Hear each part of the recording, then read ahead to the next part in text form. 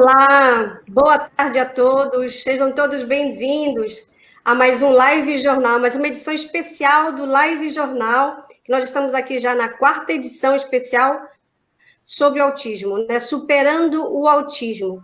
Nós estamos hoje muito bem acompanhados, né? Mas só para falar rapidamente do que é o projeto Live Jornal, que é aqui Regina Sena, de Portugal, e Celso Freire, do Brasil, Belém, do estado do Pará, no Brasil. Nós estamos aqui nos conectando, jornalistas, nos conectando com jornalistas falantes da língua portuguesa em todo o mundo. A gente escolhe aqui uma pauta e deixa que todos os jornalistas, especialistas e personagens possam falar de acordo com o lugar que está. Então, a gente tem aqui opiniões mais do que globais, e a gente já agradece a presença aqui de jornalistas ilustres que nós vamos ter hoje, e de um doutor também que vai trazer aqui um grande brilho para nossas questões sobre o autismo. Então, as nossas dúvidas, a questão de medicamentos, a questão neurocognitiva, então, muito o que se falar. Então, eu já agradeço muito a presença de vocês, você que já está aí conosco também pelo Facebook ao vivo, vamos aí partilhando, vamos conversando, vamos colocando aí nos grupos de Facebook de autismo, tá bom? E a gente vai falar aqui rapidinho, e já apresentando os nossos convidados de hoje, porque o nosso assunto é muito vasto, a gente tem muito o que falar. E, João, entra, filho. Agora não. A gente tem filho em casa, é assim. Então gente, eu vou aqui chamar cada um, e assim, os meus convidados, eles têm um currículo vastíssimo, belíssimo, então eu não vou conseguir falar aqui a lista. Então eu quero que aquele que foi chamado aqui comece a se apresentar. Então, como a gente está aqui com um trio de estrelas, a gente vai se apresentar também e falar um pouco de si e do seu trabalho, tá bom? Então, hoje nós estamos contando com jornalistas de Belo Horizonte, né? Eles são idealizadores do canal Mundo Autista, né? Então, eu começo aqui com a Selma Sueli. Selma, muito boa tarde e bem-vinda. Boa tarde, boa noite aí, né? Mas ainda com essa luz toda. Muito obrigada pelo convite. É um prazer muito grande estar aqui com todos vocês. Você já quer que eu me apresente? Isso, e a gente lembrando que a Selma Sueli é youtuber, é radialista, é jornalista, é escritora, é mãe de um filho autista e também autista, não é, Sueli? Isso. No meu caso, eu trilhei toda a minha carreira, escolhi comunicação social lá atrás para ver se eu entendia a regra do jogo, porque eu achava tudo muito complicado e falei assim, a comunicação social há de me salvar. Aí eu fiz jornalismo, fiz relações públicas, fiz uma especialização nessa área também para tentar entender um pouco. Me casei, tive um filho autista que o diagnóstico dele veio só aos 11 anos, e depois que ele se tornou, no final da adolescência, ele questionou também o meu jeito, né? Eu já tinha desconfiado, mas eles falam muito em espelhamento, da síndrome do espelhamento da mãe. Então, eu falei assim, deve ser isso. Mas aí, quando o Victor ficou maior, a gente fez um estudo mais profundo, e ainda bem que tem poucos aqui, mas bons profissionais que estudam sobre o diagnóstico em adulto e principalmente o diagnóstico no feminino, que é muito mais difícil de a gente diagnosticar. E aí há 4 anos, vai completar 4 anos, eu tive meu diagnóstico e foi uma libertação, porque eu me achava uma mãe péssima, porque várias vezes eu entrei em colapso junto com o Victor, uma vez, inclusive, que ele não queria tomar o remédio, eu mordi o Victor e eu me achava um monstro. E aí a gente começou a se entender melhor. E eu também, que me achava burra, comecei a ter condições de fazer o que eu sempre quis fazer, que eu sei fazer, que é escrever. Aí, para tentar entender o diagnóstico, eu escrevi o Minha Vida de Trás para Frente, e dando porque ninguém vira autista, né? O autismo estava lá desde a minha infância, então eu visitei essa história Depois eu e o Victor lançamos junto 10 anos depois, numa alusão ao diagnóstico dele, aí já vem o nosso aspecto jornalístico. A gente, tanto eu quanto ele, escrevemos crônicas, resenhas, tem sobre o autismo também e poesias. E, por último, eu fiz uma grande reportagem, tem gente de Portugal aqui também, a Rita Nolasco, com 10 autistas adultos, para falar da vida de adultos autistas. E agora eu e o Victor também nesse projeto, né? Lindo, que a gente começou em 2015, que é o Mundo Autista. E que muita gente acha que é glamorizar, mas a gente tem certeza que não, existe sofrimento, existe uma parte que é muito complicada, mas eu não tenho dúvida que o que a gente escolheu para seja muito bem-vindo a esse fascinante mundo do autismo é real. Porque se o sofrimento existe, e existe com força, né? As vitórias são muito, muito maiores e muito mais intensas. Então, assim, bem batidinho, igual jogo de truco, bem batidinho dá. É isso mesmo, né? Aqui, se a gente pudesse escrever mais livros, olha, a gente não acabaria nunca, porque o que tem de histórias aí para contar, de sofrimentos e de superação, porque é isso que a gente está fazendo aqui. É isso que a gente está fazendo aqui, não é? Trazendo esperança, a gente ter um programa aqui para cima, para que a gente possa aí dar esperança para muitas mães e muitos pais que se sentem com certeza desolados e muitas vezes desesperados, né?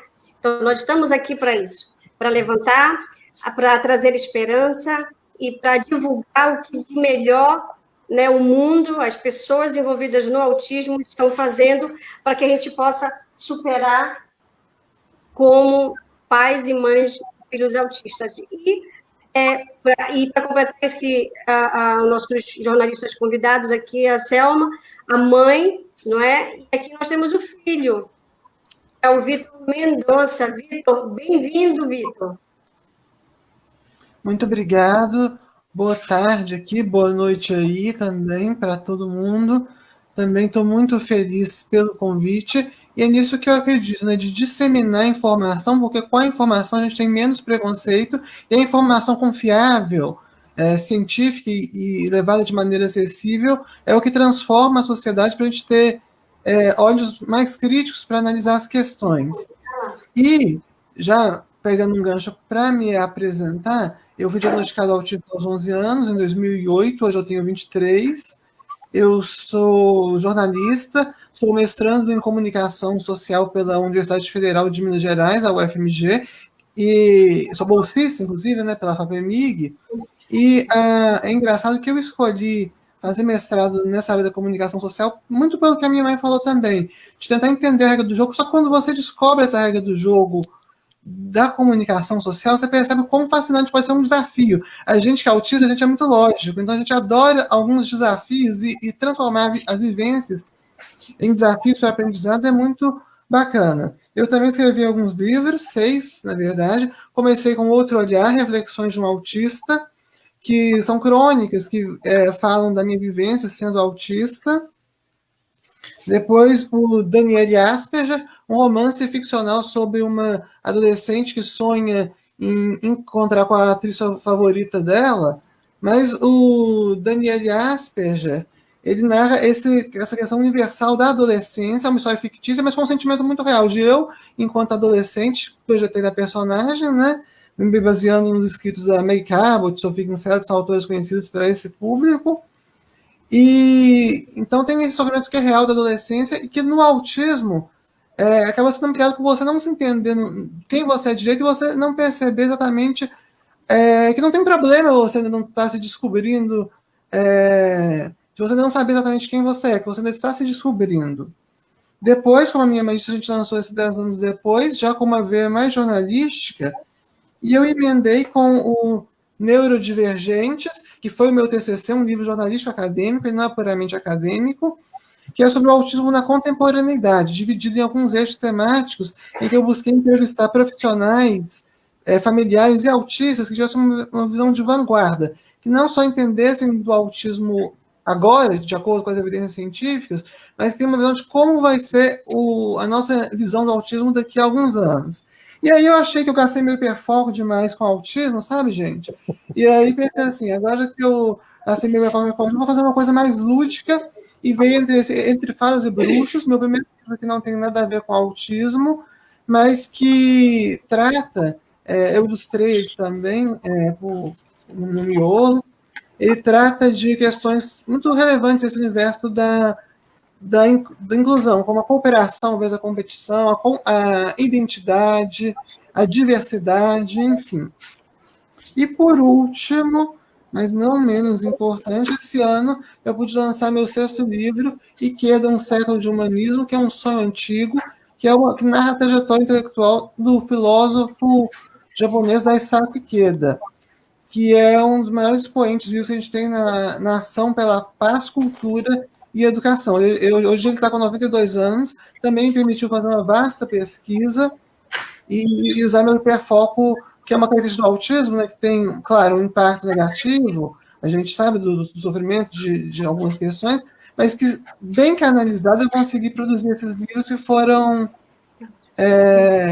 que se tornaram referência para algumas linhas de pesquisa, e eu sou muito grato por isso. Agora estou no mestrado e, ao mesmo tempo, nesse projeto com a minha mãe, que eu acho uma coisa maravilhosa, porque a gente tinha um combinado de fazer com que nenhuma família se sentisse sozinha como a gente sentiu um dia. E a gente recebendo os feedbacks de que a gente faz diferença na vida das pessoas, isso para mim, e a gente recebe isso diariamente, isso para mim vale mais do que meu dia, vale a minha vida.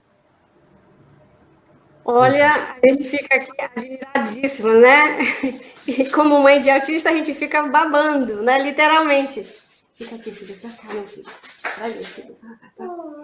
E a gente está vendo assim que é muita informação. Eu mesmo disse que eu não conseguia dizer tanto se não fosse mesmo ele se apresentando, porque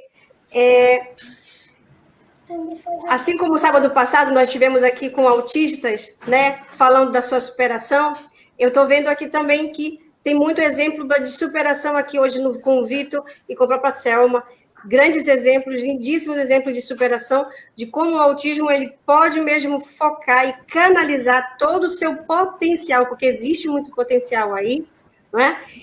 Para essa beleza que nós estamos vendo hoje aí, com os livros que estão sendo escritos por vocês, Selma e Vitor. Muito obrigada por vocês estarem aqui hoje.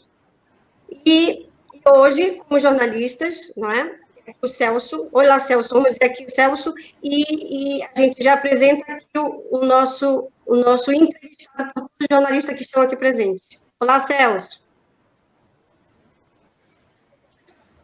Olá, Celso.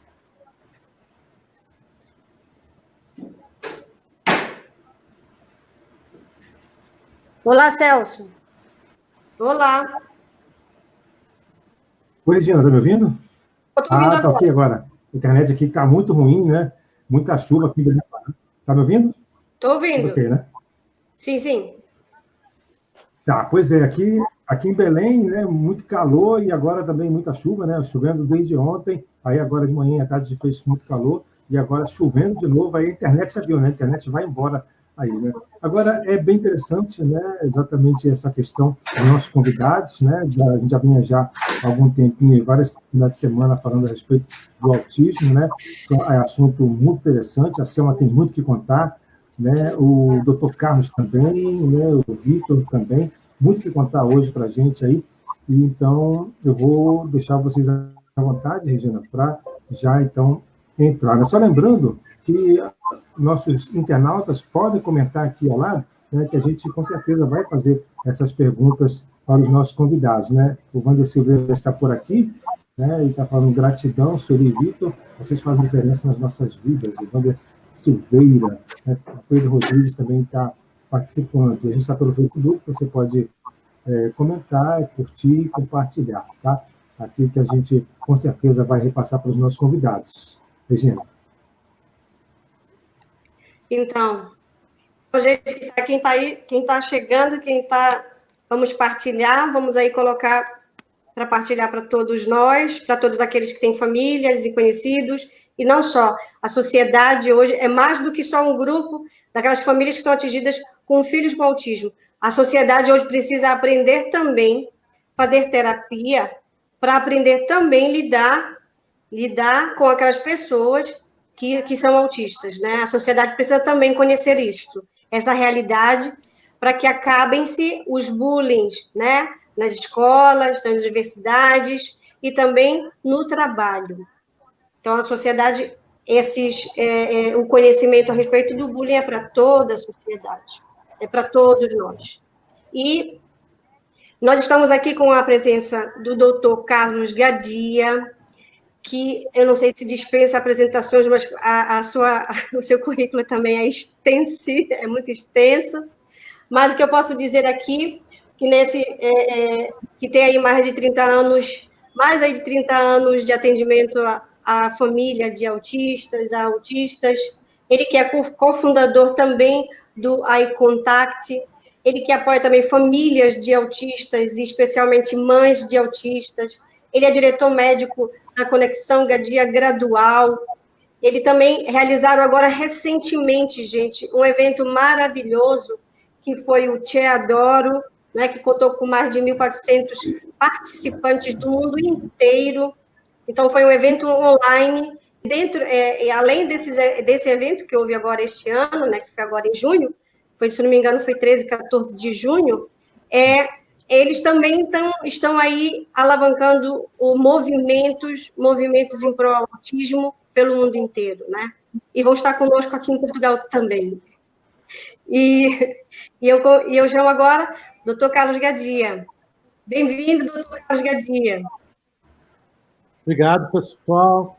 Obrigado, Regina. Quero agradecer muito a oportunidade de estar aqui passando esse final de tarde com vocês. Né? É um prazer muito grande de estar conectado com o Brasil, com todo o Brasil, especialmente com a minha querida Belém do Pará. Né? Como nós estamos falando, eu tenho grandes amigos e amo a cidade. Né? Os novos amigos de Belém, de Belo Horizonte, com a comunidade do autismo em Portugal, em todos os países de fala portuguesa. Né? Então, é um prazer estar aqui com vocês e estou à disposição para a gente conversar, né, a respeito do autismo. E já quero aproveitar e fazer uma pergunta para a Selma e para o Vitor, que é como é que a gente faz para conseguir os livros de vocês? Porque eu gostaria muito de poder adquiri-los, né, para a gente poder ter e também compartilhar com as minhas famílias. Olha, já fez pergunta. A gente tem um site que tem a loja nesse site, né?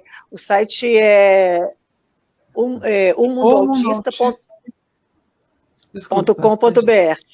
Aposto que você achou que eu esqueci o O, né, Victor? Eu sei. umundoautista.com.br. E lá tem a loja. Agora, é interessante, doutor, que a gente começa a conhecer as pessoas, a gente já se sente, assim, amigo de infância. E aí o senhor também pode pegar o meu contato com a Regina, que se o senhor quiser também fazer esse pedido para mim ou para o Victor diretamente, a gente também manda para o senhor, manda o endereço, tudo direitinho, e a gente acerta tudo sem problema nenhum, tá? E eu também já sou cliente. Obrigado. Muito bom mesmo, a gente tem mais aqui divulgar, tem mais aqui colocar à disposição, porque é conhecimento e é isso que a gente quer, não é? E a gente vai agora falando justamente de conhecimento, falando a respeito de disseminação de conhecimento, falando do que de mais é importante na área neuropediátrica. Nós que somos mães e pais de autistas sabemos disso, e dentro do universo dos pais e mães de autistas, creio que seja uma das coisas que muito desagrada, que muito traz desconforto e tristeza, porque não sabe como lidar com essa situação. A gente muitas vezes não sabe se os médicos estão passando o que deveria ou o que não deveria. Então, a gente vai falar agora da medicação dentro do aspecto do autismo. A gente vai falar sobre isso, porque é um tema delicado e também provoca muitos ruídos. Então, a gente está aqui com quem pode nos falar sobre essa informação, sobre risperidona, doutor Carlos Gadia. Risperidona, nós sabemos que eu tenho ouvido muito relato de mães que com crianças de menos de 5 anos têm sido orientadas a fazer já essa medicação, não é? E a gente bem sabe que há restrições, há efeitos colaterais bem graves e que pode levar até para o resto da vida. Então, eu queria que o senhor falasse para nós quando receitar risperidona, por que receitar risperidona e quais os riscos que essa medicação, para muitos pais e mães, né, precisam saber para que acompanhe seu filho, porque os efeitos colaterais se confundem muito com os próprios sintomas do autismo. Então, eu queria que o senhor falasse, esclarecesse isso para todos os pais que estão aqui nos escutando hoje, que vão estar acessando no YouTube a esse live jornal de hoje. Doutor, sua palavra. Pois não.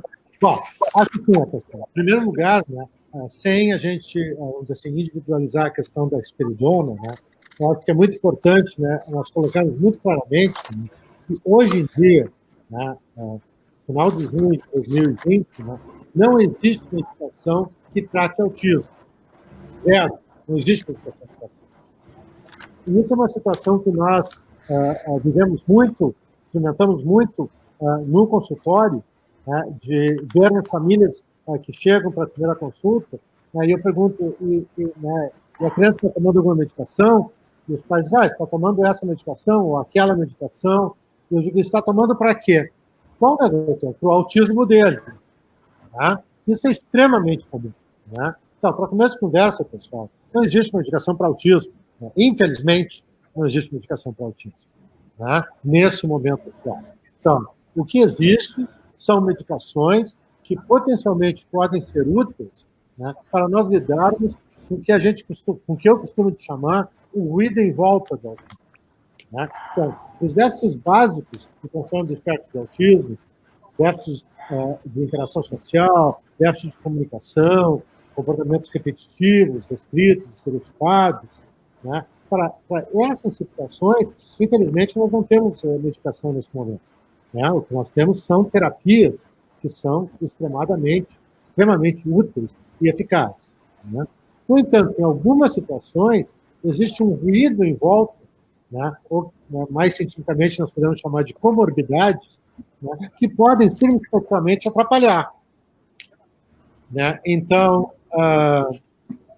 por exemplo, existem situações em que a criança é extremamente agressiva, em que a criança é extremamente irritável, em que a criança tem comportamentos obsessivos, compulsivos muito severos, em que a criança tem epilepsia, que a criança tem déficit de atenção. Então, para cada uma dessas situações, pode ou não haver a indicação do uso de medicação. Eu, particularmente, tendo a usar a informação dos terapeutas que estão lidando com a criança mais no dia a dia, como um marcador de decisão da necessidade de medicação ou não. Né? Porque são eles que realmente vão nos dizer, olha, né, doutor Gadia, nós não estamos conseguindo progredir nessa questão específica, seja de comunicação, de interação, seja lá o que for, porque este outro comportamento impede a progressão. Ah, bom, então, nessa situação existiria a indicação de medicação. Né? Mas o que a gente vê ainda muito hoje em dia, né, é uma recomendação de uso de medicação sem uma indicação clara, sem os pais entenderem exatamente por que essa medicação está sendo utilizada. Né? E ainda, né, existe uma certa percepção, certamente no Brasil, tem muita experiência, né, com familiares no Brasil, né, de que a risperidona é uma medicação relativamente leve. Né? Então, né, uma situação que é muito peculiar, né, é que vocês sabem que a Ritalina, que é um neuroestimulante, comportamento de déficit de atenção e hiperatividade, né, ela carrega uma série de preconceitos, né? As pessoas acham que a Ritalina é uma medicação muito ruim, né? Então, eu já tive situações no meu consultório em que as famílias chegavam, né, e eu perguntava, ele está tomando alguma medicação? Sim, doutor, ele está tomando esse remedinho, a risperidona, que o senhor vê, né? O médico queria colocar ele em Ritalina, eu disse, pelo amor de Deus, doutor, Ritalina não. Né?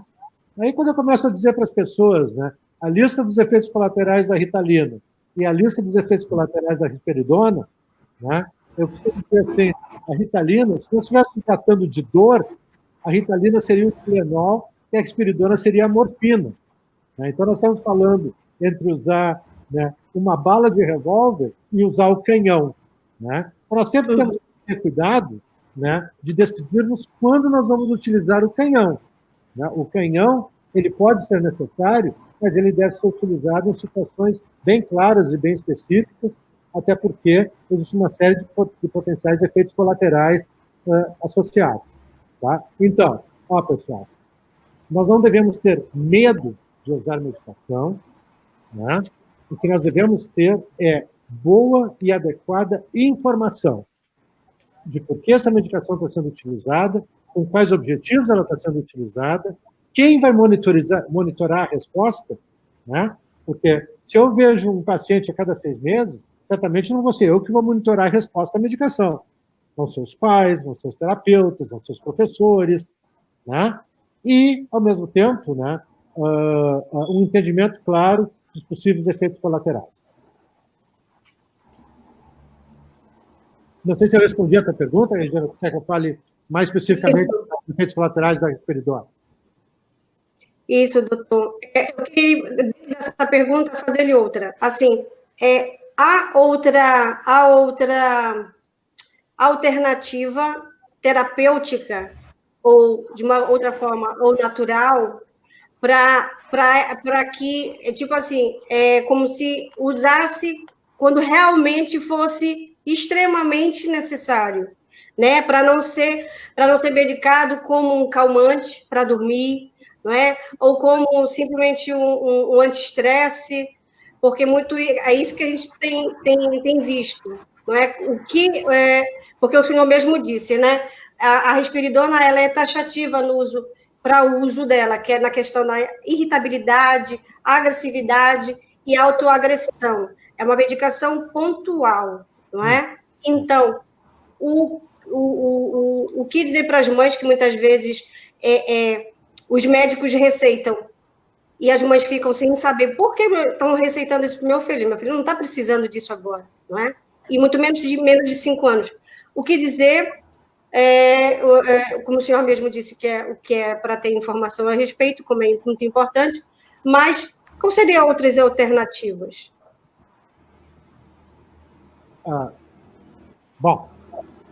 Deixa eu dizer assim, então, para vocês, né, pessoal?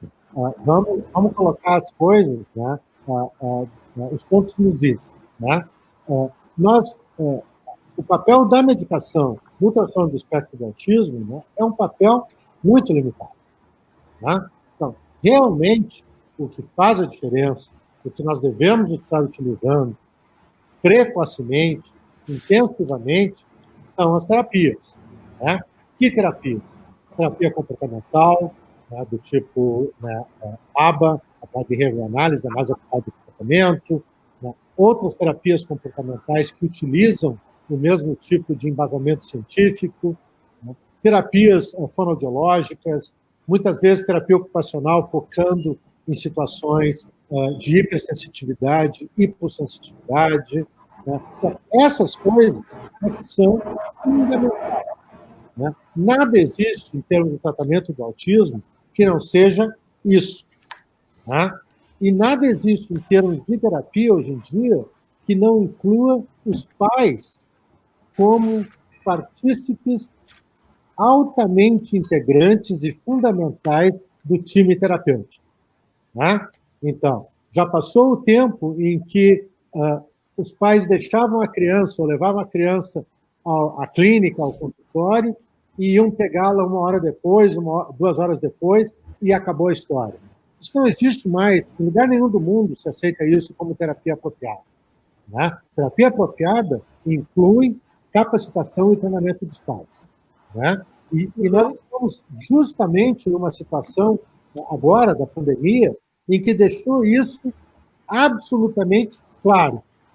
Né? Então, nós temos duas situações que nós estamos monitorizando dentro das famílias que estão, vamos dizer assim, em quarentena, né? O isolamento social. Né? Nós temos um número muito grande de famílias que estão absolutamente desesperadas, né? Porque não conseguem contratar os terapeutas, né? Houve toda aquela mudança na rotina, né? Nós sabemos que as pessoas dentro do espectro são muito apegadas a rotinas e têm grandes dificuldades de tolerar a mudança de rotina. Então, vocês imaginam, né? Uma pessoa que do dia para a noite não tem mais escola, não pode mais sair de casa, não pode mais ver seus amigos, agora eu tenho que sentar na frente do computador para ter a minha aula. Né? Então, isso é uma coisa altamente estressante para qualquer pessoa. Vocês imaginem para uma pessoa dentro do espectro. Né? Bom, então, como é que as famílias estão enfrentando isso? Um número muito grande de famílias estão absolutamente desesperadas, né? Porque as crianças estão extremamente ansiosas, extremamente estressadas, se tornam agressivas, se tornam agitadas, aumentam em muito as suas compulsões, e os pais não necessariamente sabem como lidar com isso, até porque eles nunca foram preparados para lidar com isso. Né? Então, isso é uma situação que eu diria quase catastrófica. Né? Por outro lado, nós temos um grupo menor de família, né, que está conseguindo navegar a pandemia e o isolamento social de uma maneira muito boa. Até eu diria, né, tem algumas famílias que me reportam que as crianças estão indo muito melhor hoje e progredindo muito mais rapidamente do que anteriormente. Mas essas são famílias que foram treinadas, que foram capacitadas, né, e que se sentem muito tranquilas em como lidar com a criança, com o adolescente, o que fazer, o que não fazer. É fundamental. Medicação é muito secundária. Tá? Então, de novo, não tenham medo de usar medicação, né? Discutam isso com o seu médico. Né? Nenhum médico, pessoal, que vale o seu nome, vai se sentir ofendido se o pai ou a mãe perguntarem a respeito, mas exatamente por que eu devo usar essa medicação, exatamente quais são os efeitos colaterais. Né? Então, se você está numa situação em que o profissional de saúde, de alguma maneira, se sente melindrado por perguntas dos pais, ou pelo conhecimento dos pais, né, eu costumo dizer, né, fujam. Porque esse profissional de saúde certamente não é o profissional que deve estar cuidando do filho ou da filha de vocês. Doutor, é assim, já para a gente terminar essa primeira pergunta, tem aqui um comentário de uma participante, que é a Alessandra Kátia Leca, é a mãe do Matheus Henrique, que participou conosco no sábado passado, que foi muito bom. E ela está dizendo aqui para nós, falando de medicação, até hoje não compreendi o uso de tofranil. O doutor poderia me explicar? Então, tofranil, né, imipramina, é um antidepressivo mais antigo, relativamente antigo. Né? Em geral, os estudos têm mostrado que medicações antidepressivas têm sido muito pouco úteis. Né? Na realidade, dos poucos estudos, não existe nenhum estudo feito no mundo com tofranil em crianças dentro do espectro autista, e os poucos estudos que existem com o uso de antidepressivos mais modernos, que nós chamamos inibidores seletivos da recaptação de serotonina, nenhum deles mostrou efeito, eficácia em crianças. Alguns deles, muito pequenos, mostraram algum efeito em ansiedade e diminuição de comportamentos obsessivos compulsivos em adultos, mas nenhum deles mostrou nenhum efeito em crianças. Então, não vejo nenhuma indicação para o uso de tofranil, certamente não em crianças dentro do espectro. E a gente agora vai partir para a segunda pergunta, e a gente aqui partilha com a Selma Sueli Silva. Olha, a minha pergunta, doutor, é o seguinte: eu, com a minha experiência, eu percebi que o subdiagnóstico nas mulheres traz muito sofrimento, especialmente nas mulheres, né? Porque aqui a gente tem o autismo mais leve, em que fica mais difícil e que a mulher camufla mais. Antes, nos estudos mais antigos, apontava-se 4-1, agora já se fala, as pesquisas mais recentes já se falam numa proporção de 3 meninos para uma menina. Mas o Tony Wetfield, que é um grande entendedor da área, em 2006 já lançava o livro dele do autismo no feminino. E a Francesca Rapé também, no estudo que fez parte do grupo do estudo DSM-5, também já falava desse subdiagnóstico. E a gente que é mulher, na minha casa somos 3 filhas, eu e a mais velha somos autistas, ela teve um filho autista e eu tive um filho autista, a gente sofreu demais, chega a ser assim, desumano esse sofrimento.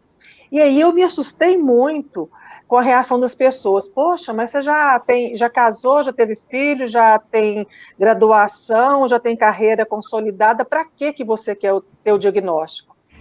E aí eu explicava que, na realidade, eu criei um personagem para conseguir dar conta do meu trabalho, que dava muito bem, sei que sou competente nele, mas que só eu sei o custo disso tudo, inclusive em função de muitas coisas que no autismo é muito mais intenso, como, por exemplo, a ansiedade. Uma ansiedade muito... apesar de que eu tenho, né, como condição coexistente, o transtorno da ansiedade generalizada. A minha pergunta hoje em dia, o senhor sendo neurologista, dá para a gente perceber isso, né, apurar isso mais cedo, até porque eu e meu filho fizemos recentemente um exame farmacogenético e a gente tem 2 genes muito parecidos, porque a disfunção executiva, a gente trabalha junto, a nossa disfunção executiva é tenebrosa. E aí deu direitinho lá os 2 genes que a gente tem, assim, que até chega a ser semelhante com o TDAH também, em função disso. Aí eu fico pensando, gente, mas tem tanto indicativo, né? Tantas pistas que mostram o autismo no feminino. Em termos neurológicos, a gente já caminhou mais com relação a isso. Eu posso ter esperança de que as mulheres dessas outras gerações, depois da minha, sofram menos que eu e minha irmã sofremos? Excelente pergunta, Selma. Então, acho que tem várias subperguntas dentro dessa pergunta que você fez, né? A primeira, né, é que realmente existe uma prevalência maior de meninos do que meninas, né? Então, nós estamos lidando com um subdiagnóstico em meninas, né, no sexo feminino, né, com certeza, né? E nós estamos lidando com um fato real da genética, que é o fato de que existe uma prevalência muito maior de meninos do que meninas, né? Por que existe uma prevalência muito maior? Porque tudo indica que o cromossoma X é um fator protetor para certos genes de predisposição ao autismo, né? Então, a gente costuma dizer, né, do ponto de vista, nós sabemos que o autismo, né, é um transtorno altamente genético, né? Os últimos estudos mostraram que alguma coisa em torno de pelo menos 88% a 90% do transtorno é genético. E ele não somente é genético, como na maioria dos casos, 80% das vezes, ele é herdado. Herdado de quem? Herdado dos pais, né? Então, às vezes, a pergunta vem, né? Doutor, mas como é que pode ser herdado? Eu não sou autista, meu marido não é autista, não tem ninguém na minha família que é autista. Como é que o senhor está dizendo que isso é genético e herdado? Bom, então, só para explicar muito rapidamente isso, né, nós utilizamos o conceito do copo de água com cubo de gelo, né? Então, vamos dizer assim, né? Tu, Celi, tu tens um copo de água com 3 cubos de gelo, né? O teu esposo tem um copo... Nada acontece. O teu esposo tem um copo de água com 2 cubos de gelo. Nada acontece, né? O filho de vocês tem um copo de água com quanto? 5 cubos de gelo. 2 cubos de gelo do pai, 2 cubos de gelo da mãe. O que acontece? A água derrama. A água derrama é o autismo. Os cubos de gelo são os genes de predisposição ao autismo, dos quais já foram identificados pelo menos 800. Tá? Bom, a menina, provavelmente, entre outras coisas, por ter um cromosoma X a mais, a menina é XX, a menina é XY, né? O copo de água dela é maior. E o copo de água exige um número maior de cubinhos lá dentro para derramar. Né? Então, por isso que a prevalência é muito maior em meninos, né? E por isso que, em geral, quando o autismo se manifesta em meninas, ele é, em geral, mais severo. Por que é mais severo? Porque precisou de mais cubos de gelo, mais genes de predisposição ao autismo para se manifestar. Essa é a parte genética em relação a homens, mulheres e autismo. Né? A parte do subdiagnóstico. Né? A parte do subdiagnóstico, né, ela é diretamente relacionada à questão cultural. Né? Claro, o subdiagnóstico em geral do autismo, para todas as pessoas, está relacionada à falta de treinamento adequado dos profissionais de saúde, né, durante a sua faculdade, a graduação, a pós-graduação, etc., de todos os profissionais de saúde e de educação, né? Mas a parte, vamos dizer assim, do subdiagnóstico específico de meninas, ela está diretamente ligada à questão cultural. Né? Vou dar um exemplo para vocês. Né? Em países do Oriente Médio e em países do Oriente, né? China, Japão, etc., né? Coreia, em que a função da mulher, desde pequena, é muito claramente ficar calada e obedecer e chamar o menos possível a atenção para si, né? Isso torna com que a interação, o que se espera de interação social de uma menina seja muito diferente do que a interação social de um menino. Né? De uma certa maneira, isso também, né, se espelha em relação à cultura latina. Né?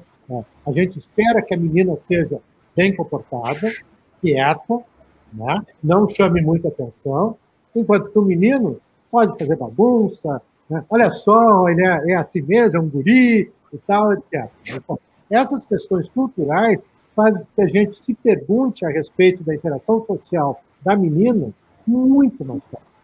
Né? Então, por isso que é importante o profissional de saúde estar muito alerta em relação a isso. Né? Até porque, né, um profissional com bastante experiência pode rapidamente, relativamente rapidamente, fazer uma avaliação de interação social.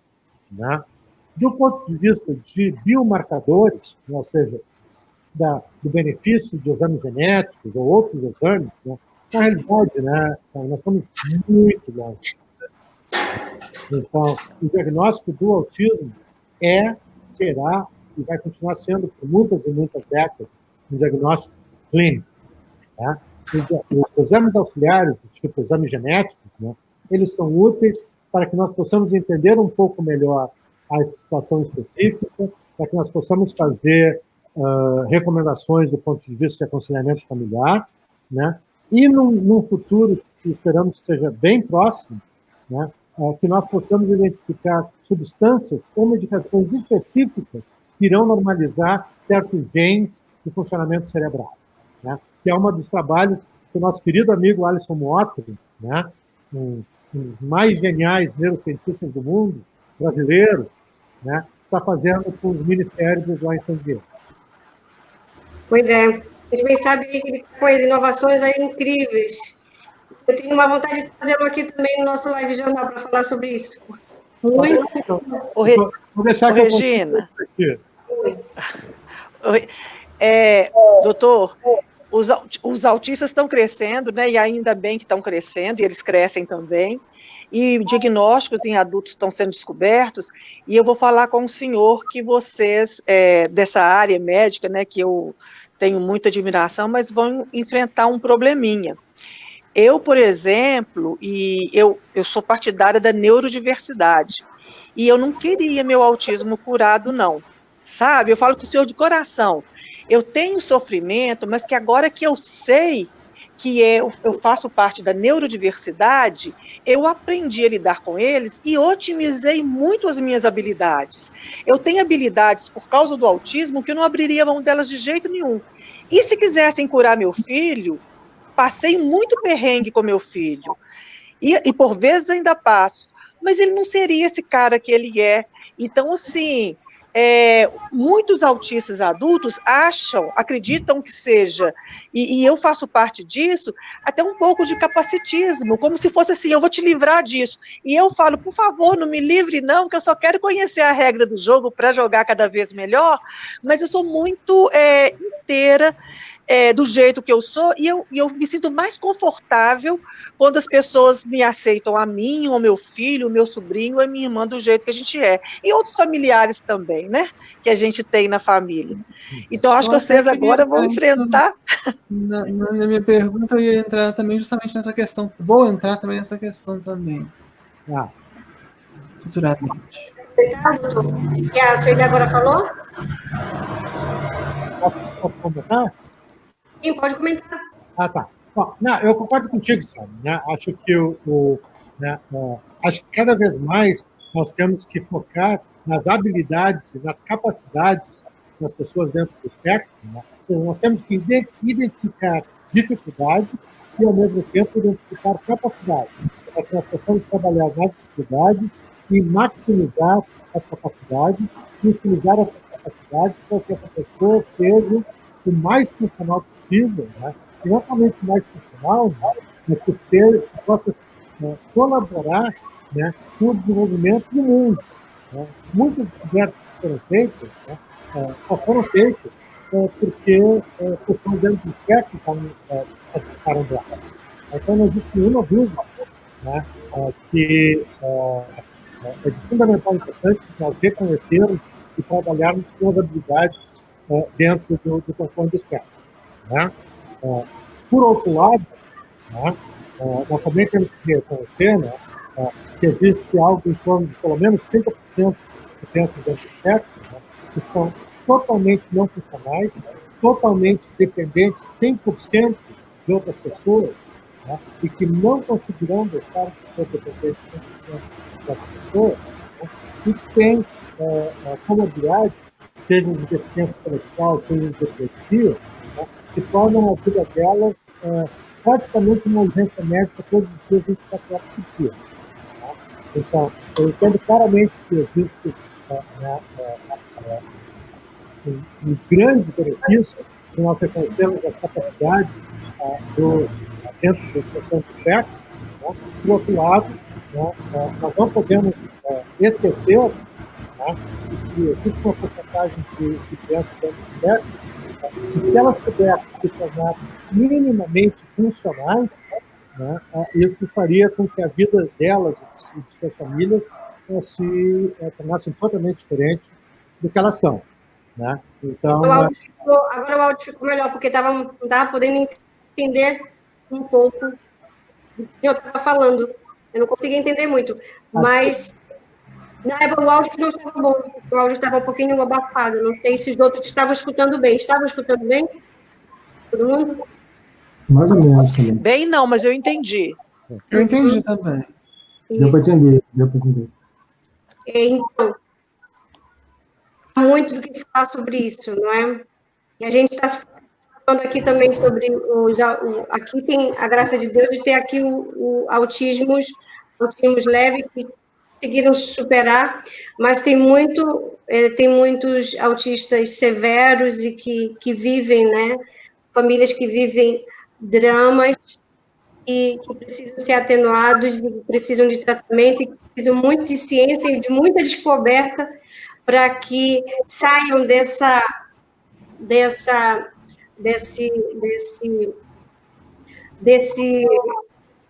autismo severo, que é muito desagrado e que é muito triste para muitas famílias. Muitas mães, muitas vezes, desabafam, dizendo que, às vezes, é quase que insuportável, porque não é fácil, é bem pesado mesmo o tratamento dentro de casa.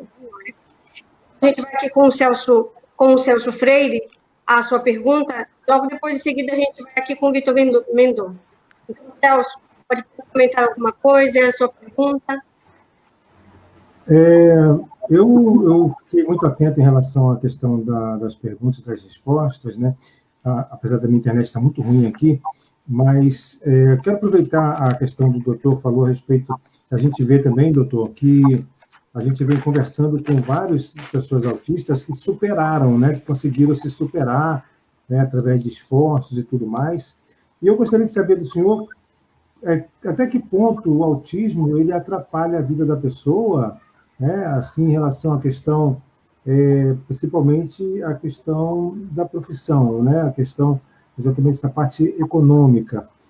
Até que ponto o autismo ele pode atrapalhar? Porque até agora a gente vem falando das superações, né? De pessoas que estão superando e tudo mais. Eu gostaria de saber, assim, tem autista que não consegue superar e, por exemplo, ficar totalmente dependente da família? E como é que é essa questão do tratamento? Só para a gente ter uma ideia. Então, exatamente por isso, né, que a gente usa o termo transtorno do espectro, né? Então, desde o DSM-4, da metade dos anos 90, né, nós deixamos de classificar autismo como ausência de interação social e ausência de comunicação e passamos a colocar dentro de déficits na qualidade da interação, déficits na qualidade da comunicação em relação a outros da mesma idade, né? Então, é um espectro enorme, né? E dentro desse espectro, nós temos pessoas que são não somente absolutamente funcionais, mas que são absolutamente geniais, né? E nós temos também pessoas que são totalmente disfuncionais, né? Que não são capazes de se mover, de falar, de comer, de viver sem a ajuda 24 horas por dia, todos os dias, de alguém, né? Então, esse é o espectro que nós estamos lidando, né? Eu diria, né, com certeza, né, uma porcentagem, no passado, antes da metade dos anos 90, nós dizíamos que 2/3 das pessoas dentro do espectro tinham um grau de deficiência intelectual. Com o aumento do espectro, a expansão diagnóstica do espectro, hoje a gente diz que talvez algo em torno de 40%, entre 30% a 40% das pessoas dentro do espectro tenham algum grau de deficiência intelectual, que no passado nós costumávamos chamar de retardo mental, né? E alguma coisa em torno de 60% a 70% não apresenta nenhum déficit intelectual, né? Então, dentro desse espectro, nós temos uma variedade enorme, né? Mas só para a gente ter uma ideia, né, o custo país do transtorno do espectro do autismo nos Estados Unidos por ano, ou seja, o custo de cuidados médicos e o custo daquela pessoa não ser capaz de trabalhar e de sustentar, e de que, em geral, pelo menos um dos pais da família acaba não trabalhando para cuidar dessa criança, né, o custo país nos Estados Unidos hoje do autismo é de 660 bilhões de dólares por ano. E em 2025 será de 1 trilhão de dólares por ano só nos Estados Unidos, né? Então, esse é um custo país altíssimo. Imaginem o custo país para o Brasil, né, onde existe muito pouco em termos de terapia, muito pouco em termos de intervenções, em que já é difícil a gente conseguir emprego se nós somos típicos. Imagina se nós tivermos algum grau de deficiência, né?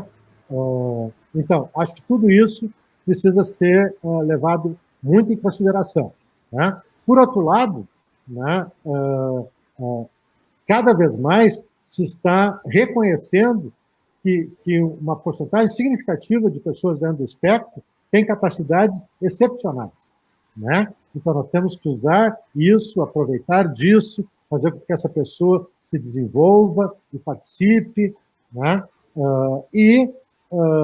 Existe uma discussão muito grande, né, que eu digo, uma discussão filosófica, né? Às vezes as pessoas perguntam, né, mas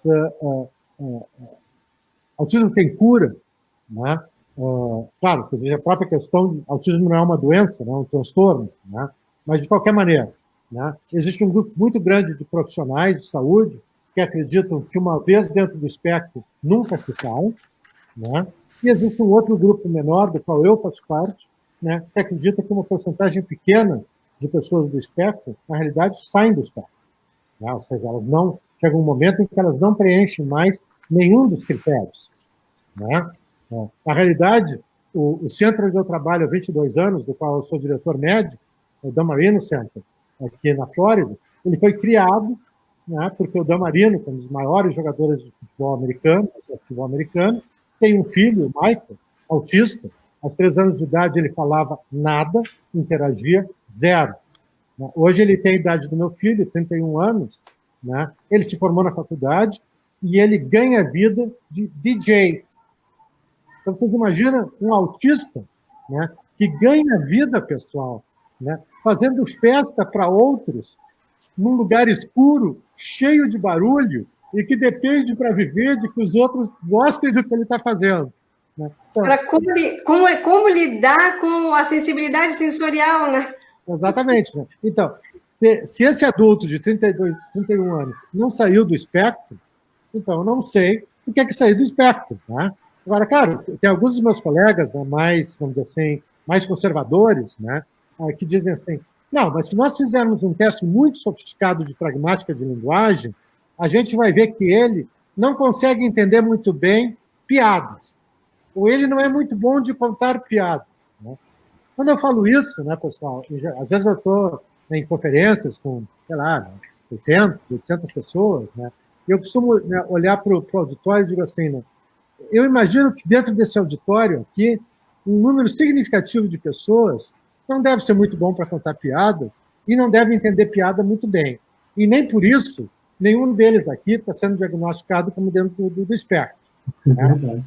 Nós não podemos exigir, né, que agora nós nos tornemos super normais. Não somente que a gente seja típico, mas que agora a gente seja perfeito em tudo. Ninguém no mundo é perfeito em tudo. Todos nós somos meio esquisitos, todos nós somos meio estranhos, todos nós somos bons em certas coisas, não muito bons em outras coisas. É verdade. Isso, é verdade. A gente agora vai estar assim, agora ensinando as nossas perguntas, e foi muito bom esse comentário que o senhor fez, doutor, muito bom, porque pode ser um número pequeno de pensadores, mas é assim que começa. É assim que começa, não é? A gente disseminando isso, né, que não tem cura, mas que a gente pode deixar de ter os sintomas, não é, doutor? Pode deixar de ter os sintomas. E isso é possível, sim. Eu acredito nisso. A gente vai agora para o Vitor Mendonça com a sua pergunta. Doutor, o senhor falou, né, sobre uma multiplicidade de fatores sobre o transtorno do espectro autista. Realmente, né, a gente sabe que são várias questões envolvidas. E eu, pegando um gancho nessa questão de discussão sobre cura ou sair do espectro, ou, enfim, questões desse tipo, no final dos anos 90, houve isso que a minha mãe falou, que a Selma falou, que chama neurodiversidade, é um conceito que é diferente do movimento pela neurodiversidade, mas é um conceito criado por uma socióloga no final dos anos 90, que era uma autista, e ela falava que o autismo, até por não ser doença, como o senhor pontuou, ele não precisaria de uma cura, que era uma diferença natural da pessoa, do ser humano. Mais tarde, ela revisitou essa ideia e disse que nem sempre as diferenças humanas, por serem naturais, são desejáveis, digamos assim, né? E tem um movimento pela neurodiversidade, que é o ativismo dos próprios autistas adultos, como a minha mãe também pontuou, que muitos cresceram e muitos se revelam contrários a essa ideia. Há críticas tanto ao movimento pela neurodiversidade, quanto à questão de buscar algo, não vou dizer cura, mas algo que seja nesse sentido.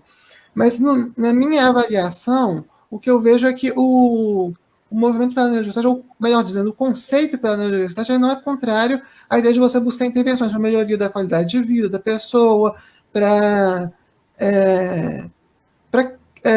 desenvolver habilidades. E aí, eu fico pensando, tem até um ditado que fala assim, autismo leve, que de leve não tem nada, né? Porque a gente enfrenta desafios, mas, por outro lado, o autista severo, com algumas condições coexistentes, ele vai enfrentar outros tipos de desafios. E eu queria saber do senhor como você enxerga, primeiro, duas coisas, se me permitem aqui tomar a liberdade de fazer duas perguntas. Como você enxerga essa relação entre família, que você pontuou como fator importante, e os médicos, mas incluindo aí também os autistas e a voz dos autistas, digamos assim. E a segunda coisa dada a configuração neurológica do autismo, você falaria mais e essa questão de sair do espectro não seria, talvez, eu estou levantando uma hipótese, de que muitos autistas perguntam, e por isso eu estou trazendo aqui, não seria mais desenvolver habilidades ou do que deixar de ser autista, ou, melhor dizendo também, as condições coexistentes influenciam mais do que o próprio autismo, em alguns casos. Por exemplo, no caso do autismo severo, o que é mais desafiador? É a deficiência intelectual ou é o autismo em si? E esse movimento pela neurodiversidade, recentemente eu conversei com uma médica também referência, ela falou que muitos dos suportes que a gente tem hoje foram idealizados com base no que, para autistas mais severos, com base no que os leves falaram também. Então, eu queria que você falasse um pouco sobre essa questão, resumindo, né, que eu acho que eu falei demais, sobre essa questão do leve versus severo e o quanto as condições coexistentes, elas influenciam nisso, para a gente buscar uma maior qualidade de vida e ser quem a gente é, né? Assim, tipo, com as nossas características singulares. Achei excelente a tua colocação, Vitor, e as tuas perguntas. Né? Em primeiro lugar, né, quero dizer que eu sou absolutamente, né, apoiador e acredito piamente, né, no pensamento de neurodiversidade. Né? Com certeza. Então, até eu já falei, né, acho que algumas, pelo menos, das descobertas da civilização foram feitas devido ao fato de que houveram a participação de pessoas com capacidades excepcionais, muitas delas dentro do espectro. Então, nós estamos certamente juntos quanto a isso. Tá? Acho também, né, que a questão de curar ou não curar, né, acho que não é a palavra adequada. Né? Eu acho que a palavra, a situação adequada, né, nós queremos ter as nossas capacidades o mais possíveis maximizadas. Né? Então, os déficits básicos do transtorno do espectro do autismo, que são déficits de comunicação e interação social, inegavelmente têm um impacto enorme na nossa convivência com o mundo. Né? Será que nós conseguimos crescer, desenvolver e sermos bem-sucedidos apesar disso? Com certeza. Né? Por outro lado, né, todos nós, né, temos certas dificuldades que nós tentamos, de alguma maneira, minimizar ou trabalhar, né, para que isso nos afete menos. Né? Alguns de nós sofremos de depressão, né, que é um transtorno neurológico. Né? Nem por isso nós vamos deixar de tratar a depressão, porque eu sou assim. Né? Muitos de nós lidamos com ansiedade severa. Né? Da mesma maneira, nós podemos ser extremamente bem-sucedidos na vida, apesar de ansiedade severa, mas certamente nós teríamos enfrentado menos dificuldades e menos estresse na vida se nós pudéssemos ter lidado com isso de uma maneira eficaz. Né? O que não dizer do toque, né? Transtorno obsessivo compulsivo, né? Que ele pode ser absolutamente disfuncional. Né? Pessoas com toque severo não conseguem funcionar na vida, apesar de serem extremadamente inteligentes. Né? Então, tudo isso nós temos que ver no sentido de que tipo de intervenções eu posso fazer, né, para que certas dificuldades que eu tenho se tornem menos impactantes. Né? Então, eu costumo dizer, né, que se eu tenho dificuldades muito grandes do ponto de vista social, né, e se eu trabalhar essas dificuldades através de terapia cognitiva comportamental, terapias de interação social, habilidades sociais, etc., né? Isso não vai me tornar o mais popular da turma, né? Mas vai fazer com que eu, em certas situações que eu vivo no dia a dia, né, ao invés dessas situações gerarem um nível de estresse e ansiedade muito alto, eu consiga navegar de uma maneira menos estressante. Então, é isso que nós temos que pensar do ponto de vista de como nós temos que lidar com essas dificuldades que nós todos temos, né? Agora, claro, né, existe também, como eu já falei, situações, né, por isso é um espectro, né, situações em que não são as comorbidades, né, ou seja, déficit de comunicação e déficit de interação social não é comorbidade, né? O déficit de comunicação pode implicar em eu falo absolutamente nada e entendo absolutamente nada. Uma pessoa que fala absolutamente nada e entende absolutamente nada é 100% não funcional, né? Então, essa pessoa tem que receber as intervenções máximas possíveis para que ela possa, de alguma maneira, se tornar mais funcional. Isso não é uma relação, nós gostaríamos disso, é um benefício para essa pessoa, né? Da mesma maneira da interação social, da mesma maneira de comportamentos repetitivos, etc., etc. Então, mesmo nós separando as comorbidades, né, nós temos que reconhecer que existem déficits que são bastante significativos que têm que ser trabalhados. Mas acho que essa discussão, né, pessoal, às vezes ela afasta um pouco a questão que eu acho que é primordial, né, que é, né, o nosso problema no mundo, né, não é que, né, tem tratamento demais e tem terapia demais e nós estamos querendo fazer coisas que não precisam. Isso não é nosso problema, seria fantástico se isso fosse o nosso problema. O nosso problema é exatamente o reverso, né?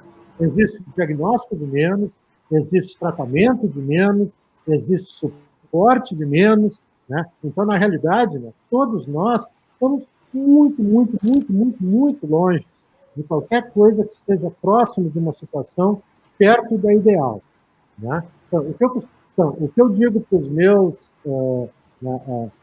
jovens e adultos dentro do espectro, né, é que, na maioria das vezes, né, o que eles conseguiram pelo esforço deles, pela enorme capacidade deles, né, mas, infelizmente, não foi nada, ou quase nada, em termos de qualquer tipo de ajuda ou de suporte que foi dado, seja do ponto de vista do sistema de saúde, como do ponto de vista do sistema de educação, e muito menos ainda do ponto de vista de oportunidade de trabalho. Então, isso é o esforço pessoal de cada um, a capacidade de cada um, né? E acho que isso... Então, nós estamos muito longe ainda de qualquer coisa que seja perto do ideal, né? Então, nós temos que focar naquilo que todo mundo precisa, e que precisa muito cedo, né? 1 ano de idade, 1 ano e meio de idade, 2 anos de idade, né? Porque senão, né, nós vamos acabar, na grande maioria dessas crianças, com déficits muito significativos, né? Então, acho que é isso acho que é importante a gente focar nisso, né? Porque acho que, independentemente de onde é que nós estamos no espectro, né, acho que todos nós concordamos, né, que a nossa luta, ou a luta dos pais, da comunidade, dos autistas, tem que ser por diagnóstico mais precoce e intervenções mais precoces e mais intensas, né, para todo mundo. Não só para quem pode pagar, né, mas para todo mundo, né, sistemas de saúde no mundo. Isso é uma realidade, doutor? É uma realidade, assim, muito... Aqui em Portugal, por exemplo, eu estou começando agora e sabendo muitas coisas do que precisa e aquilo que não temos, começar aqui a engatinhar como criança. Porque o governo português ainda não reconhece nem a terapia que mais a ciência tem aprovado, que é o ABA. O Estado português não reconhece. Então, existem aqui as terapias ABAs, que é o que a gente bem sabe, que é a terapia mais cientificamente comprovada, a sua eficácia, diante do tratamento, e aqui o Estado português ainda não oficializou isso. Então, aqui uma luta também a se fazer, porque os tratamentos e as terapias estão aquém do que se precisa. E muito mais, posso dizer assim, o tempo que se precisa. Porque a gente percebe muito que a evolução dos filhos, muitas vezes, como o senhor falou, é muito próprio do esforço da pessoa, não é? E da ajuda direta dos pais. Porque o que está ao redor, como o Estado que deveria dar realmente uma resposta melhor de saúde para pessoas que estão dentro do TEA, né, e outras deficiências também na área neurológica, estamos ainda muito aqui. Então, aqui também a força, aqui também, e a vontade aqui também desse trabalho que eu estou fazendo, e que tem outros aí também que já estão há mais tempo, é da gente se unir essas forças, a que estão aí no Brasil, que estão nos Estados Unidos, que os Estados Unidos é esse exemplo para nós, né, dessa luta a favor das terapias, porque não há nada ainda que se pode dizer que nós estejamos aqui assim tranquilos com o atendimento que nós estamos tendo como cidadão. Né? Então, é isso que é importante, e isso é muito importante, unirmos essa força para que pais e mães tenham pelo menos um sofrimento atenuado diante de tantas crises que nós estamos vivendo agora, ainda mais tratando, né, pais e mães de autista em tempo de pandemia. Não é? Quem sabe, né, quem tem filhos autistas, principalmente também crianças, como que a gente viveu esse tempo? Né? Foi muito impactante aqui para nós. Porque eu não sei se aconteceu aí no Brasil também, mas aqui o autista ele foi enquadrado na mesma realidade do idoso, coisa que não era para ter sido enquadrado, porque o autista que fica trancado e que fica em confinamento do jeito que estavam tratando também os idosos, não era o mesmo tratamento que devia ter. Então, crianças com crises graves aconteceu aqui. Crises graves. Então, há muito o que fazer, há muito o que discutir, há muito o que se pensar, e nós estamos aqui justamente para isso, não é? Queria abrir também a mais perguntas, e Celso, aos nossos internautas também que estão aí perguntando, a gente que abre também para os nossos internautas. Outra coisa também, o pessoal não está lembrando, mas isso faz parte do Live Jornal. Se as pessoas, tem alguém aqui que agora gostaria de entrar online conosco ao vivo, que está aqui dentro do nosso quadro de perguntas e os internautas aqui participando, também você pode participar se você quiser. É só avisar e que a gente já manda o convite e você entra ao vivo conosco. Se alguém estiver aqui, um tempinho, pode ser até que dê, né? Mas é bom lembrar que dentro do Live Jornal também tem essa oportunidade de a gente participar online e participar diretamente aqui, dividindo a tela com um dos nossos convidados. Comentar, Celso, a respeito dos convidados que estão aí? Olha só, deixa eu resgatar aqui o pessoal que está comentando com a gente, a Fátima Sena, né, a Alessandra Cátia Leca, você já falou com ela, Sérgio Silva, está sempre comentando também com a gente, disse que até falou a respeito do medicamento, né, que fez regredir, ele disse que tomou um medicamento até ficar quase paralisado. Tem mais a Tânia Márcia Destito, está aqui com a gente também, a Alessandra, que mais? A Tânia Marciano, já falei, né? A Fátima Sena. Teve uma pergunta aqui, deixa eu ver, a Alessandra. Tem uma pergunta que está aqui para baixo. O Sérgio. É do Sérgio? É a do Sérgio, né? Já fez essa do Sérgio? Não, olha, vou colocar aqui na tela. Não, né? Ah, tá, então é essa, exatamente. Eu deixei de ser seguido desde que me deram o diagnóstico ao pormenor, né? Senhor doutor, sabe me explicar o que é hidrocefaleia, não é isso? E o meu problema é proveniente do DSM-4, né? Uhum. Sérgio, na realidade, né, essa é uma questão que não está relacionada com o que nós estamos falando hoje, né? Hidrocefalia é um diagnóstico bastante diferente, né? Não acho... Nós podemos até, se tu quiser, discutir isso offline. Uhum. A Regina pode me passar o teu contato, mas isso não toca no que nós estamos falando hoje. Né? Uhum. Né, Regina, que duas coisas que eu acho muito importantes. Né? Uma que, né, nada, eu costumo dizer isso em todas as minhas palestras, nada de bom que aconteceu no mundo em relação ao transtorno do espectro do autismo, né, ou seja, tudo que aconteceu de bom, né, aconteceu devido a organizações não governamentais criadas por pais. Né? Essas organizações em todo o mundo é que estão na vanguarda de tudo que está acontecendo. Né? Nós, como profissionais de saúde, profissionais de educação, né, nós somos quase que empurrados a entrarmos na trincheira juntos, né? E muito poucos de nós o fazemos.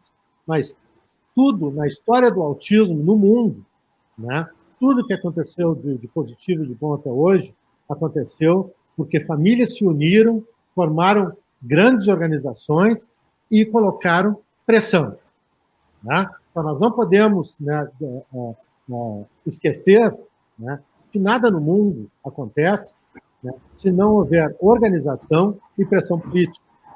Né? Então, quanto maior a nossa organização for e quanto maior número nós tivermos, maior impacto isso potencialmente vai poder criar nas legislações, que é exatamente o que nós queremos. Né? Então, eu costumo dizer, né, que a história do autismo está em diferentes degraus em diferentes países do mundo. Né? A história do autismo no Brasil está num degrau muito diferente do que está nos Estados Unidos, talvez do que esteja em Portugal. Né? Então, em primeiro lugar, de uma certa maneira, nós vamos ter que viver a nossa história, mas, por outro lado, não tem razão nenhuma para a gente reinventar a roda. Né? Então, nós temos que usar e aprender com as experiências que funcionaram em outros lugares e utilizá-las da maneira mais eficaz possível. Né? E isso só vai acontecer com a organização de grandes organizações não governamentais. Né?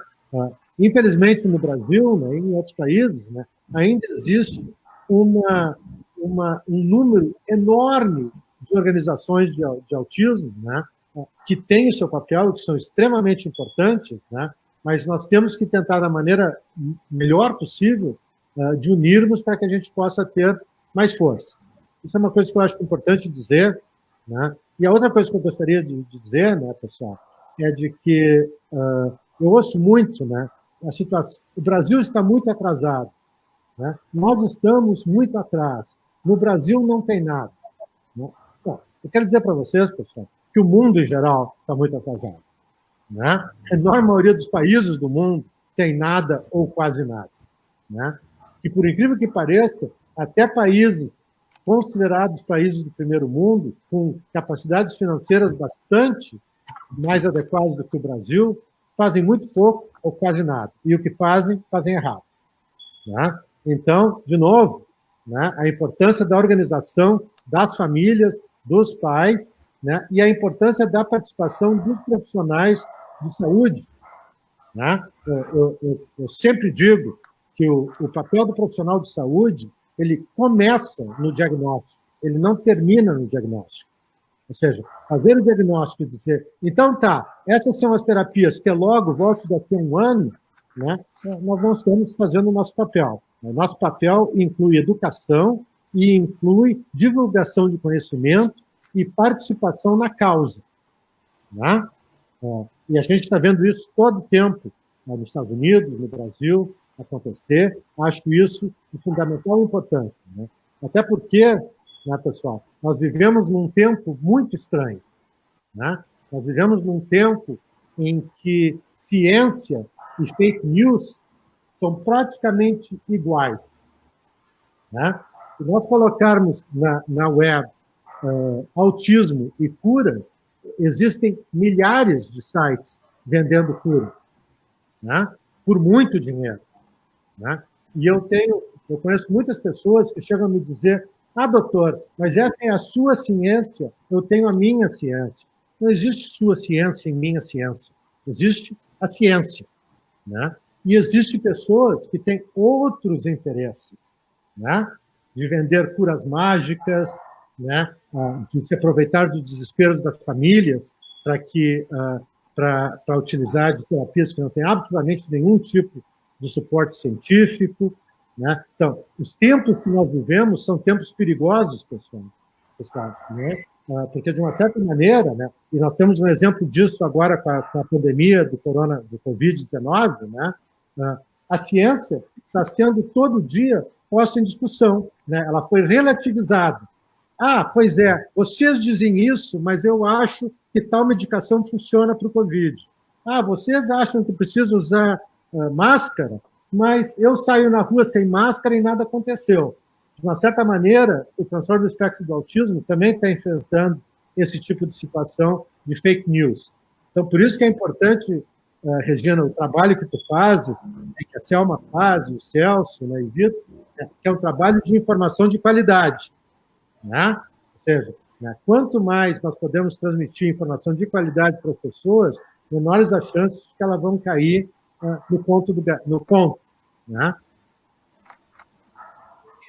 É verdade, isso que foi falado aí é importante, esse comentário, e até a gente começa aqui a fazer tipo um fechamento, né, do programa, né, falando dessas considerações. Regina, mas eu posso falar uma coisinha? Pode, é justamente isso, que eu já ia dar voz, assim, agora, que é justamente o que a gente vai colocar sobre esse comentário que o doutor agora fez, né, que foi aqui uma explanação bem geral das necessidades, da luta, do que tudo que nós precisamos. Lá e a gente vai estar colocando agora tudo a nível de consideração final do nosso tema de hoje, do nosso live jornal de hoje, trazendo conhecimento, e aqui jornalistas autistas, trazendo ainda mais uma perspectiva de dentro para fora, não é? Selma. Eu quero dizer o seguinte, quando eu recebi o diagnóstico do meu filho e comecei com as intervenções, me foi dito com muita clareza, depois de começado todo esse ritual aí, que meu filho seria dependente do resto da vida e que seria interessante eu fazer um quartinho na minha casa, que ele sempre ficaria comigo. Então, o Victor que vocês veem hoje, realmente não é o Victor do início. Nesse primeiro momento, o Victor foi muito medicado. Gostei demais do que o doutor Carlos falou com relação à medicação, é o que eu acredito. De fato, a medicação ainda bem que existe, quando bem indicada não tem nada melhor. Eu tomo medicação, o Victor toma medicação, muito bem acompanhado, tudo direitinho. Mas várias outras coisas têm que ser levadas em consideração. Por exemplo, na questão da medicação, às vezes a criança na pré-adolescência dá tanto trabalho que aí medica para a mãe ter sossego, para a família ter sossego, e aí eu comecei a perder meu filho. Eu comecei a eu sei da essência, ainda bem que eu sempre acreditei na essência do meu filho, eu comecei a não reconhecer meu filho. Tanta medicação, aí eu fui descobrindo algumas coisas. Ele tinha a maneira dele de se organizar, a medicação vinha e travava, que são os instintos, muitos chamados de estereotipias, os instintos de automutilação, ou os instintos que podem prejudicar, ok, a gente faz uma intervenção assim, mas alguns instintos eu também tenho, até hoje, é a maneira que a gente encontra de se organizar, mesmo que a gente tenha evoluído muito, a gente tem os nossos recursos para a gente, porque a gente tem um funcionamento de fato diferente. Achei interessante também, e doutor, eu e o Victor somos budistas, então a gente é muito pelo caminho do meio, sabe? E eu penso que onde se tem certezas absolutas, não se tem espaço para entrar mais nada. Então, eu estou sempre aberta mesmo a conhecer, embora na minha vivência, com a vivência que eu tive minha própria, e com o meu filho, eu tenha percebido que, por exemplo, a questão do déficit de comunicação, ela está mais ligada a um processo de você fornecer tecnologia assistiva, comunicação alternativa, porque é como se esse cérebro neurodivergente comunicasse de uma maneira diferente. E não é só com o Victor que eu percebi, ou mesmo comigo, não. Autistas severos, e a gente tem exemplos, inclusive, pelo mundo todo, em que com essas ferramentas, né, que deem para ele suporte, ele consegue ter o que vocês chamam de funcionamento, de ação funcional, sei lá como é que é direitinho isso. E o déficit de socialização também, descobri muito parte que, assim, era do autismo, então isso é do autismo, não tem jeito.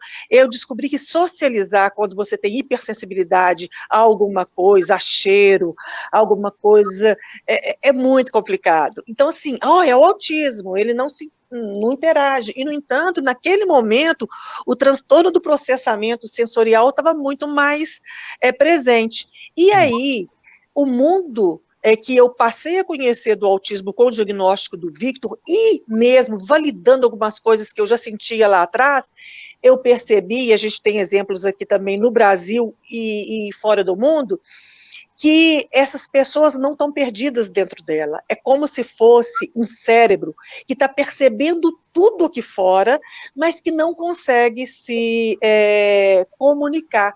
E eles se assustam com algumas ações da gente que desconsideram, então, esse poder deles.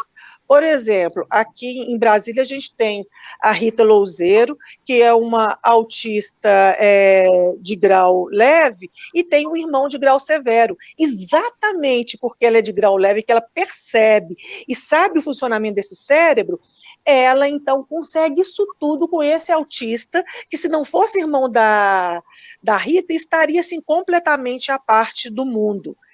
Então, eu penso, sabe, que a gente ainda tem muito que descobrir, e sei que o sofrimento da mãe é legítimo. Eu já tive vontade de morrer, não de suicidar, percebam, mas que eu não existisse e que meu filho também não existisse, porque entre quatro paredes só a gente sabe do nosso sofrimento.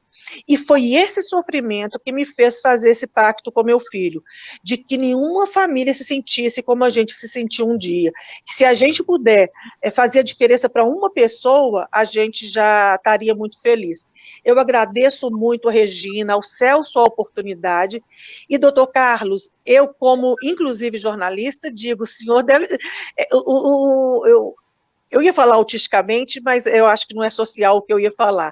Mas o senhor parece até muito bem assessorado, porque o senhor é muito bom na fala, o senhor explica conceitos científicos de maneira acessível, que a gente entende. Me senti completamente confortável nesse bate-papo com o senhor, e espero, sim, que o senhor continue nessa luta bonita, porque uma coisa é certeza: vamos unir conhecimento, vamos unir boa vontade, porque no final todos nós queremos uma sociedade mais humanística, mais inclusiva, mais digna. Estamos juntos. Muito obrigada e até mais.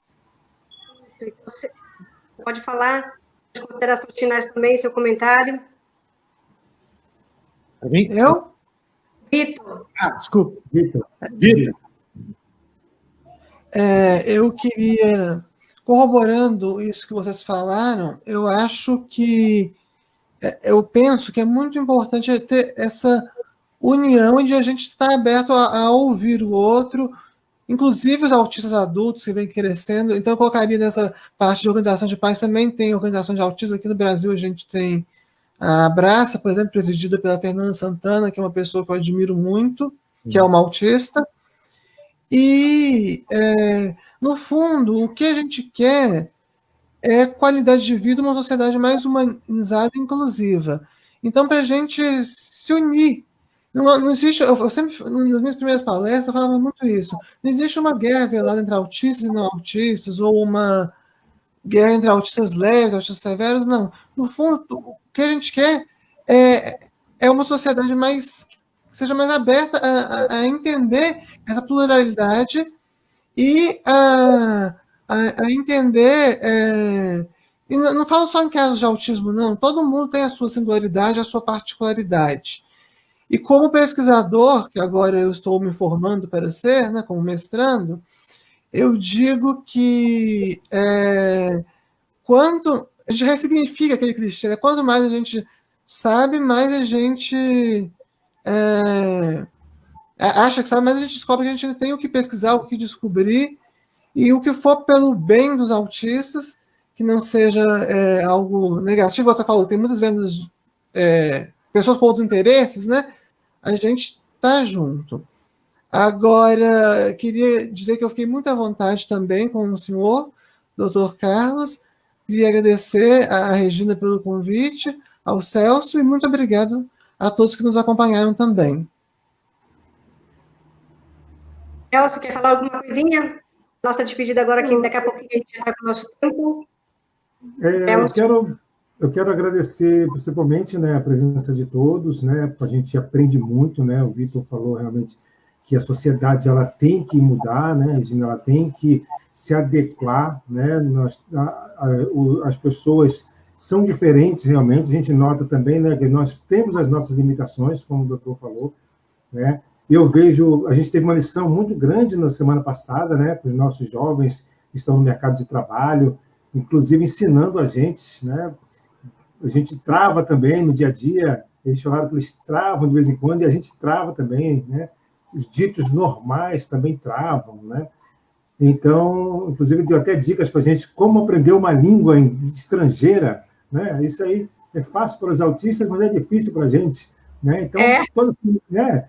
Tem umas vantagens também, né? Tem vantagens sobre os ditos normais, né? O hiperfoco é uma coisa que eu adoraria ter. Exatamente. Então, um complementa o outro, vamos dizer assim, né? A sociedade deveria ver isso, né? Esse complemento das pessoas, né? Então, eu queria agradecer muito a vocês por ter dado exatamente esse depoimento, né? Esse testemunho, né? De que vocês estão integrados na sociedade, dar exemplo para outras pessoas também, tanto para pais como também para as crianças e jovens autistas, e o professor também, né? O doutor Carlos, esse cara também aí deu uma aula para a gente, né? A respeito aí dessa questão, né? Com os métodos fáceis para a gente entender, né? Então, gostaria de agradecer a todos também.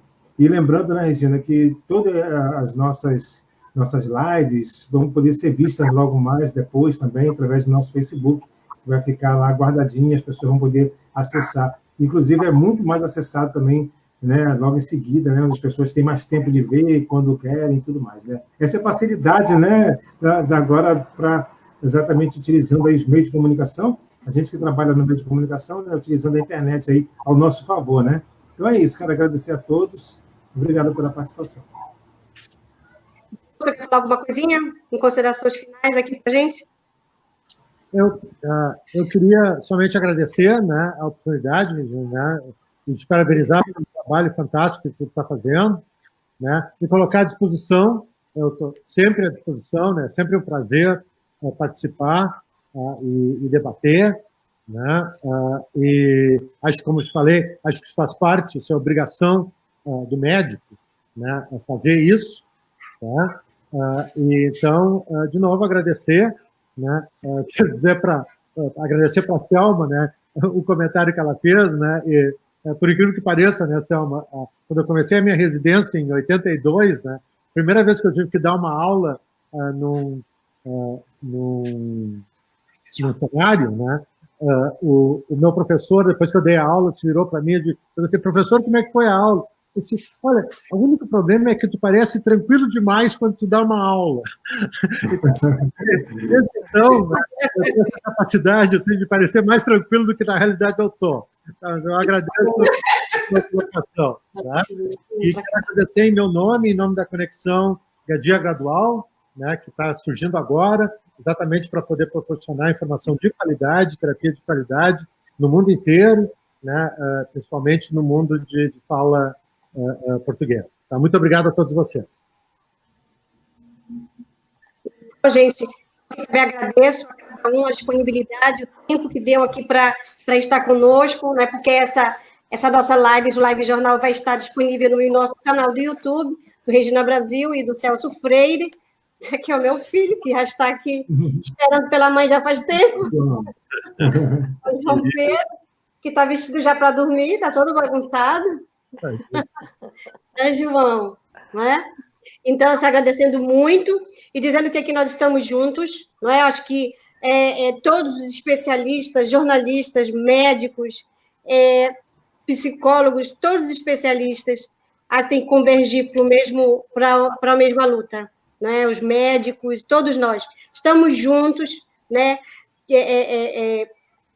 Todos nós, aqueles que dizem normais e não normais, porque até os normais também têm a sua anormalidade, não é? Nem todo mundo é 100%, né? Pois é. Temos a nossa anormalidade e também as nossas limitações. Então, nisso, todos somos iguais. Nisso, nós somos iguais. Então, estamos juntos e partilhando aqui para todo mundo que estamos com os grupos aqui, os grupos de autismo estão vindo ao vivo, estão sendo compartilhados, os grupos de autismo de Portugal estão aqui acompanhando também, e outros grupos também de autismo no Brasil. Nós estamos juntos. Brasil, Portugal, Estados Unidos, o mundo inteiro, não é? Já que nós somos mais de 70 milhões de famílias de autismo, de autistas, temos muito mais a acrescentar, muito mais a somar do que subtrair. Muito obrigada a todos. Nosso próximo live jornal, a gente vai estar falando também sobre a questão de exercícios físicos, a gente vai estar com profissionais falando sobre a questão de motricidade fina, grossa, fisioterapeutas falando sobre isso, e educadores também na área do exercício físico e do esporte, né? Como é importante para os nossos filhos diagnosticados com TEA. E não só, todos nós precisamos. Muito obrigada, uma boa noite, e até o próximo live jornal, do próximo sábado. Tchau. Deus, muito obrigada pela disponibilidade. Obrigada. E eu também dizendo assim, obrigada por todos aqueles que participaram conosco hoje, Celso, no nosso do Face Regina aqui Brasil. A gente agradece a todos que participaram conosco hoje, o Sérgio, a Alessandra, a Fátima, a todos que participaram, a gente agradece muito.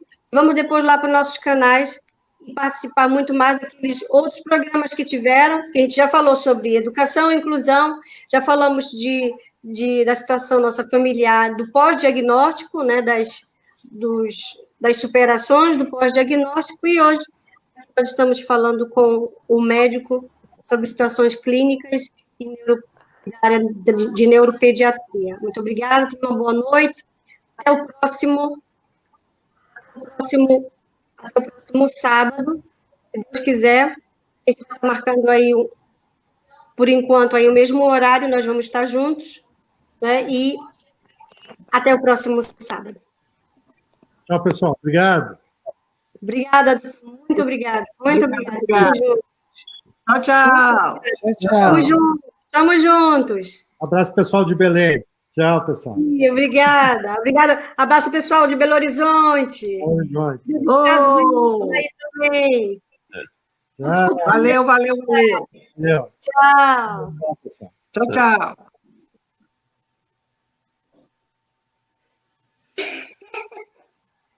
Obrigado, Regina. Estava fantástico.